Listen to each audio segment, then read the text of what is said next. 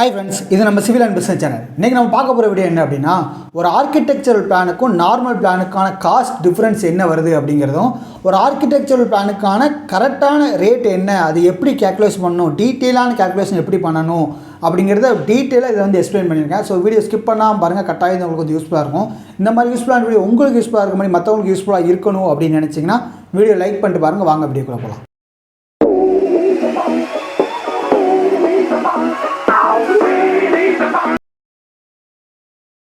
இதுதான் அந்த architectural plan.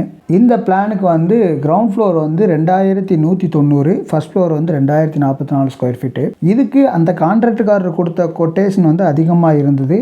ஏன்னா அவங்க சொன்னது வந்து பார்த்திங்கன்னா ஆர்கிடெக்சரல் பிளானுக்கும் நார்மல் பில்டிங்க்கும் இவ்வளோ காஸ்ட் வித்தியாசம் வரும். ஸோ அதனால் ஸ்கொயர் ஃபீட் ரேட்டு படி எனக்கு இந்த ரேட்டு அப்படிங்கிற மாதிரி கோட் பண்ணியிருக்காங்க. அது கிளைண்ட்டுக்கு அதிகமாக இருந்தனால அந்த பில்டிங்க்கான ஆக்சுவல் காஸ்ட் என்ன அப்படிங்கிற மாதிரி ஒரு எஸ்டிமேஷன் பண்ணி கொடுங்க அப்படிங்கிற மாதிரி சொன்னாங்க. ஸோ அதனால் இந்த பில்டிங்க்கு நம்ம வந்து எஸ்டிமேஷன் பண்ணியிருக்கோம். ஆனால் நார்மல் பில்டிங்க்கும் ஆர்கிடெக்சரல் பில்டிங்க்கும் எவ்வளோ வித்தியாசம் வருதுன்னு பார்த்தீங்கன்னா நீங்களே ஆச்சரியப்படுவீங்க. ஸோ அவ்வளோ தூரம் அது வந்து காஸ்ட் வந்து அவ்வளோதான் வித்தியாசம் வந்திருக்கு, சரிங்களா? ஸோ அதனால் இதை வந்து ஒரு பெரிய காரியமாக யாருமே நினைக்க வேண்டாம். ஆர்கிடெக்சரல் பில்டிங்காக இருந்தாலும் சரி, நார்மல் பில்டிங்காக இருந்தாலும் சரி, அதோட எஸ்டிமேஷன் நீங்கள் பண்ணீங்க அப்படின்னா அந்த பில்டிங்க்கான ஆக்சுவல் காஸ்ட் என்ன அப்படிங்கிறது தெரிஞ்சிடும். இப்போ உதாரணத்துக்கு வந்து பார்த்திங்கன்னா இந்த கிரவுண்ட் ஃப்ளோரில் வந்து பார்த்திங்கன்னா நம்மளுக்கு 2 பெட்ரூம் இருக்குது, ஒரு ப்ரேயர் ஹாலு, அடுத்து வந்து பார்த்திங்கன்னா ஒரு டிராயிங் ரூமு, அடுத்து வந்து பார்த்திங்கன்னா ஃபஸ்ட் ஃப்ளோரில் வந்து நம்மளுக்கு வந்து 5 பெட்ரூமு, அடுத்து வந்து பார்த்திங்கன்னா ஒரு ஹாலு, 2 கிச்சனு அந்த மாதிரி இருக்குது. கிரவுண்ட் ஃப்ளோர்லேயும் ஒரு கிச்சனு, ஸ்டேர் கேஸ் எல்லாமே இருக்குது, சரிங்களா?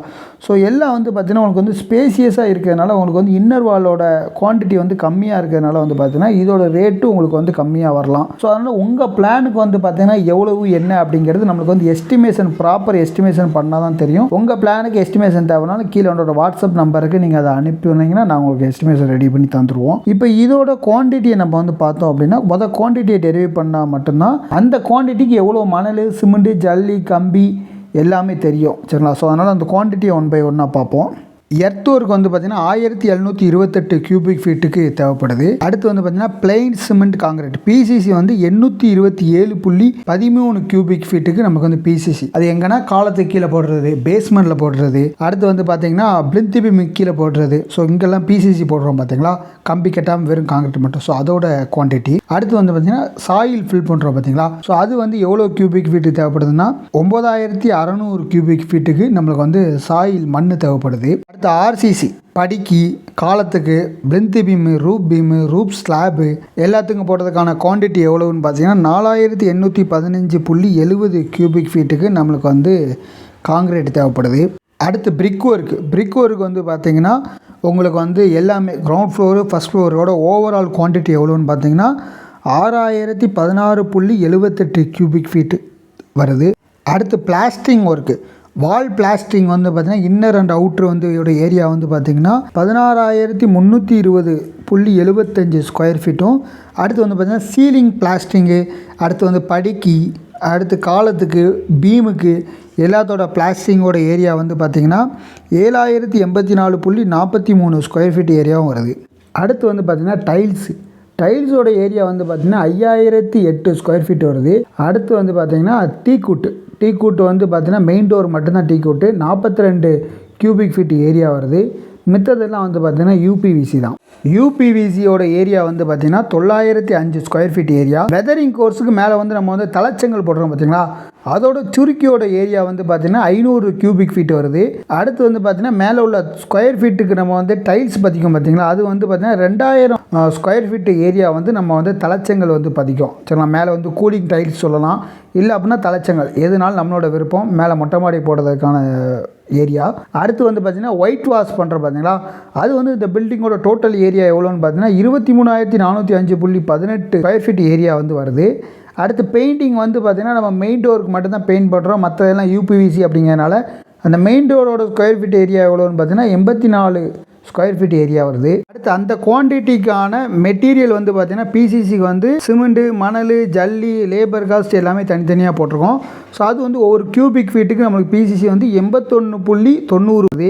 அது மாதிரி சாயில் ஃபில்லிங் வந்து அந்த 9600 கியூபிக் ஃபீட்டுக்கு வந்து பார்த்திங்கன்னா எத்தனை யூனிட் வருது, அதுக்கான லேபர் காஸ்ட்டு, வாட்டர் எல்லாம் போட்டு அது வந்து ஒரு கியூபிக் ஃபீட்டுக்கு 21.92 ருபீஸ் வருது. அடுத்து ஆர்சிசி காங்கிரீட்டுக்கான ஜல்லி, மணல், சிமெண்ட்டு, காலத்துக்கான கம்பி, ஃபூட்டிங்க்கான கம்பி, ரூஃபுக்கான கம்பி எல்லா டீட்டெயிலுமே கேல்குலேஷன் பண்ணி ஸோ அது எத்தனை கேஜஸ் வருது, ஸோ அதோட ரேட் என்ன, ஸோ அதையும் கேல்குலேஷன் பண்ணோம் அப்படின்னா நம்மளுக்கு வந்து ஒரு கியூபிக் ஃபீட்டுக்கு 472.15 ரூபா வருது. ஸோ இந்த பிளானுக்கான மொத்தத்தையும் கேல்குலேஷன் பண்ணணும், குவான்டிட்டியை பூரா கேல்குலேஷன் பண்ணி அது வந்து ஒரு கியூபிக் ஃபீட்டுக்கு எவ்வளோ வருது அப்படின்னு கேல்குலேஷன் பண்ணால் தான் நம்மளுக்கு வந்து அக்யூரேட்டான ரேட்டு தெரியும். இதே 472 ரூபா தான் உங்களோட வீட்டுக்கும் வருமானு கேட்டால் கண்டிப்பாக இல்லை. உங்கள் பிளானுக்கு உங்கள் செக்சுரலுக்கு வந்து ரேட்டு மாறுபடும். அதே மாதிரி வால் பிளாஸ்டரிங்க்கு வந்து பார்த்தீங்கன்னா இந்த ஏரியாவுக்கான மணல், சிமெண்ட், லேபர் எல்லாம் கனெக்ட் பண்ணோம்னா ஒரு ஸ்கொயர் ஃபீட்டுக்கு 30.30 ரூபா கிட்ட வருது. சரிங்களா, 30 ரூபா 3 பைசா வருது. அடுத்து பிரிக் ஒர்க்கு வந்து பார்த்தீங்கன்னா பிரிக்கு வந்து ஒரு 74,865 நம்பர்ஸ் வருது. சிமெண்ட் ஒரு 197 பேக்கு, எம்சாண்ட் ஒரு 20 யூனிட், லேபர் காஸ்ட்டு எல்லாம் வந்து கனெக்ட் பண்ணோம் அப்படின்னா ஹாலோ பிளாக் வந்து காம்பவுண்ட் வால்க்கு எல்லாம் கனெக்ட் பண்ணோம் அப்படின்னா 234.84 ரூபா வருது ஒரு கியூபிக் ஃபீட்டுக்கு. அடுத்து வந்து பார்த்தீங்கன்னா சீலிங் பிளாஸ்டிங். இந்த சீலிங் பிளாஸ்டிங் நம்ம யாருனே சொன்ன மாதிரி தான் நம்மளுக்கு வந்து சீலிங்கு, பிளிந்த் பீமு, காலமு, லிண்டலு எல்லாமே வந்துடும். சரிங்களா, ஏன்னா எல்லாமே வந்து பார்த்தீங்கன்னா நம்ம வந்து ரேஷியோ வந்து கம்மியாக தான் போடுவோம். 1:3 இல்லது 1:4 ரேஷியோவில் தான் போடுவோம். அதனால் வால் பிளாஸ்டிங் இதுக்கு தனித்தனியாக தான் கேல்குலேட் பண்ணுவோம். இதோட சிமெண்ட் பேக் வந்து பார்த்தீங்கன்னா 141 பேக் வருது. டீ சாண்ட் வந்து பார்த்தீங்கன்னா 6 யூனிட் வருது. லேபர் வந்து 7,844 ஸ்கொயர் ஃபீட்டுக்கு ஒரு ஸ்கொயர் ஃபீட்டுக்கு 20 ரூபா அப்படின்னு கனெக்ட் பண்ணோம் அப்படின்னா ஸோ அதோட ரேட் வருது. ஓவராலாக இந்த சீலிங் பிளாஸ்டிங்க்கு வந்து 32.56 ருபீஸ் வருது. சரிங்களா, ஒரு ஸ்கொயர் ஃபீட்டு பூசுறதுக்கு மெட்டீரியல், லேபர் எல்லாம் சேர்த்து நம்ம யாருனே கேல்குலேஷன் பண்ண அந்த குவான்டிட்டியை பூரா போட்டாச்சு. அதுக்கு ஒரு கியூபிக் ஃபீட்டுக்கு இல்லை அப்படின்னா ஒரு ஸ்கொயர் ஃபீட்டுக்கு என்ன ரேட்டு நம்ம கேல்குலேஷன் பண்ண பார்த்தீங்கன்னா அந்த மெட்டீரியல் எல்லாம் போட்டு ஸோ அதையும் நம்ம வந்து போட்டாச்சு. ரெண்டையும் மல்டிப்ளை பண்ணோம் அப்படின்னா நம்மளுக்கு காஸ்ட் கிடச்சிரும். எர்த் ஒர்க்கு ஒரு கியூபிக் ஃபீட்டுக்கு 10 ரூபா வருது அப்படின்னா அதோட காஸ்ட் கிடச்சிருச்சு. பிளெயின் சிமெண்ட் காங்கிரீட்டுக்கு யாருனே நம்ம கேல்குலேஷன் பண்ணால் 81.90 பைசா வருது. ஸோ அதையும் நம்ம போட்டோம் அப்படின்னா 627 கியூபிக் ஃபீட்டுக்கு எவ்வளோன்னு கிடச்சிரும். ஸோ அது மாதிரி ஓவரால் காஸ்ட்டு நம்ம வந்து ஒவ்வொன்றுக்கும் நம்ம வந்து கேல்குலேஷன் பண்ணுறோம். ஸோ இதுக்கு அடுத்து வந்து பார்த்திங்கன்னா நம்ம அதே மாதிரி தான் அந்த டீ கூட்டுக்கான காஸ்ட்டு, வெதரிங் கோஸ்ட்டுக்கான காஸ்ட்டு, பெயிண்டிங்கான ஏரியா ப்ளஸ் ஒரு ஸ்கொயர் ஃபீட்டுக்கான காஸ்ட்டு எல்லாமே போட்டோம். எலக்ட்ரிக்கலு, ப்ளம்பிங்கு, அது மாதிரி ஃபிட்டிங்க்கான அந்த கான்ட்ராக்டர்காரோட ப்ராஃபிட் முதற்கொண்டு நம்ம வந்து இன்க்ளூட் பண்ணிட்டோம். ஸோ இதோட டோட்டல் காஸ்ட் வந்து பார்த்திங்கன்னா 82,97,210 ரூபா வருது. இந்த பில்டிங்கோட ஏரியா வந்து பார்த்திங்கன்னா 4,234 சதுரடி வருது. இப்போ இந்த 82,97,210 டிவைடட் பை 4,234 அப்படின்னு போட்டோம் அப்படின்னா நம்மளுக்கு வந்து 1,960 ரூபா வருது. சரிங்களா, இதுதான் ஒரு ஸ்கொயர் ஃபீட்டுக்கான ரேட்டு. இப்படி தான் ஒரு ஸ்கொயர் ஃபீட்டுக்கான ரேட்டை நம்ம வந்து கேல்குலேஷன் பண்ணணும். சரிங்களா, இது வந்து நார்மல் பில்டிங்காக இருந்தாலும் சரி, ஆர்கிடெக்ட் பில்டிங்காக இருந்தாலும் சரி. இப்போ இதே இது அந்த நார்மல் பில்டிங்கும் வந்து பார்த்திங்கன்னா அவ்வளோதான் போய்கிட்டு இருக்கு. ஒரு ஸ்கொயர் ஃபீட்டுக்கு 1,950, 2,000, 2,300 ஸோ இந்த கிட்ட தான் வந்துக்கிட்டு இருக்கு.